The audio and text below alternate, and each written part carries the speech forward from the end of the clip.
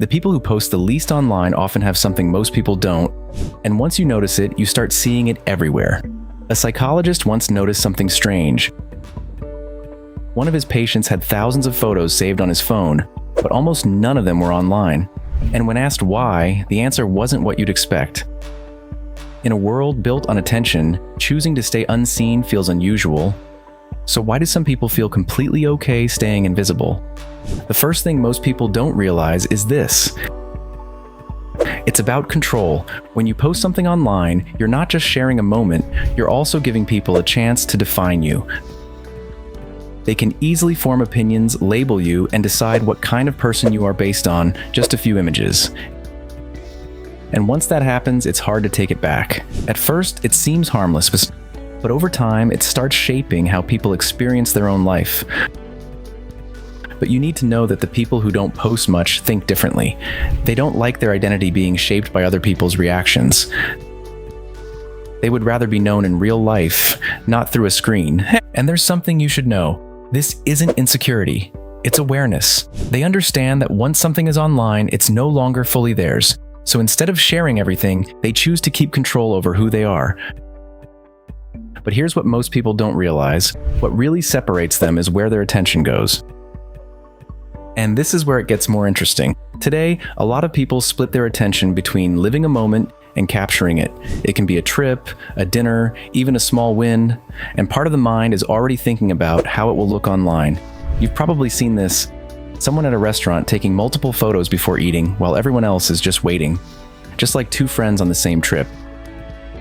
One is focused on getting the perfect shot, adjusting angles, thinking about what to post. The other is just there, noticing the place, the people, the feeling of the moment itself. Even though they're in the same place, they're having completely different experiences. And what's interesting is, most people don't even notice that shift happening. They think they're living the moment, but part of their mind is already somewhere else, thinking about how it will be seen. People who don't post much often choose presence over presentation. Their attention stays in the moment instead of shifting to an audience. For them, the experience isn't something to capture, it's something to live, and that small difference changes how deeply they actually experience their own life. When was the last time you just lived a moment without thinking about sharing it? Maybe that says more than we realize, and this is where it gets more psychological. Most people never question this. Social media runs on a simple system. When you post something, you get likes, comments, views, and each of those gives your brain a small reward. It's called dopamine, the same chemical that is linked to motivation and habit. So over time, your brain starts expecting it, and slowly, it becomes a loop. Let's take an example. You've probably experienced this. You post something, then a few minutes later, you open your phone again. Not because you got a notification, but just to check. And then again and again, at some point, you're not posting because you want to. You're posting because your brain expects the reward. And the strange part is, it doesn't even feel like a decision anymore. It feels automatic, like something you just do without really thinking about why. But people who don't post much are usually less dependent on this loop. They don't rely on reactions to feel good. They don't wait for validation to feel seen. Their sense of worth isn't tied to numbers on a screen, and that changes everything. When you don't depend on that reward system, you become more stable emotionally. It's like one is constantly looking for a reaction. The other doesn't need one at all. One is building an image, the other is protecting their reality. And this is where the difference becomes obvious. There's something else these people quietly avoid, something most people don't even notice. It's what you can call a narrative trap. When people post regularly, they don't just share moments. They start building a story about their life, a certain version of themselves, the good moments, the perfect angles, the highlights, and slowly, that version becomes something they feel they have to maintain. Because once people start seeing you a certain way, there's pressure to keep showing up like that. Even when real life doesn't feel the same, someone's smiling in a picture, but feeling completely different just minutes before or after. That's the trap. And the more you post that version of your life, the more you feel stuck maintaining it. At some point, people stop living their life and start managing how it looks. And the more that gap grows, the harder it becomes to be real again. Because now, you're not just sharing your life, you're maintaining a version of it. But people who don't post much don't fall into this cycle. They don't feel the need to create a perfect storyline, and don't even feel pressure to look consistent online.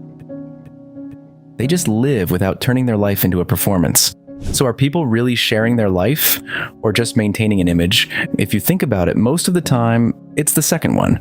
What we see online is rarely the full picture. It's a filtered version, or sometimes like someone takes the same picture over and over again, changing angles, adjusting the lighting, not to capture the moment, but to make it look right. And once someone truly understands that, they naturally stop feeling the need to participate in it. Still, how does this actually work? Why do some people genuinely not care about being seen? If you go even deeper, it's not just about behavior anymore. It's about how people see themselves. This is the part most people completely miss. Now, if you go even deeper, it comes down to two things: internal validation and boundaries. Most people, without realizing it, look outside for approval. They post something and wait. Did people like it? Did people notice? But people with internal validation work differently. They don't ask, "Do people approve of me?" They ask, "Am I okay with myself?" And this is where things start to shift, because when you stop needing that external feedback, you start making decisions differently. You stop asking how things look and start focusing on how they feel. When your sense of worth comes from inside, you don't feel the same urge to prove it outside. You don't need constant reactions to feel confident, and you don't need attention to feel valuable.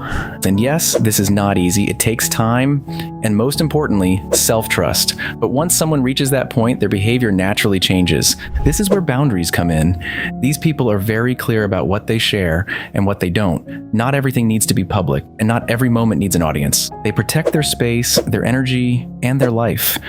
That's why they don't feel pulled towards social media in the same way, because they don't need attention. They don't depend on it. So when you look at the full picture, something becomes very clear. People who don't post their photos are not necessarily shy or antisocial. And their life is definitely not boring. In many cases, they simply see things differently. They're not invisible by accident. They're selective by choice. And it's not about lacking confidence. It's about not needing attention in the first place. That mindset is actually rare. They focus more on real experiences than digital ones, more on meaning than appearance. They don't need to show their life to prove they're living it. And maybe that's the real difference. But once you see it, you can't unsee it. And once you really understand that, you start seeing social media differently. Not as something you need, but as something you can choose to step away from. In a world where everyone is trying to be seen, some people have already realized they don't need to be, because their life already feels complete without an audience. But if some people feel completely comfortable staying quiet online, why do others feel the need to share almost everything? Why does one person feel at peace without attention, while another feels invisible without it? Because the psychology behind constant posting is just as interesting as staying silent. And when you understand both sides, you'll start seeing social media in a completely different way. So now I want to ask you something. Do you post because you want to, or because you feel like you should? And if you stopped posting for a while, would anything really change? If you enjoy understanding how people think and behave, make sure to subscribe, because here, we don't just look at what people do, we try to understand why they do it.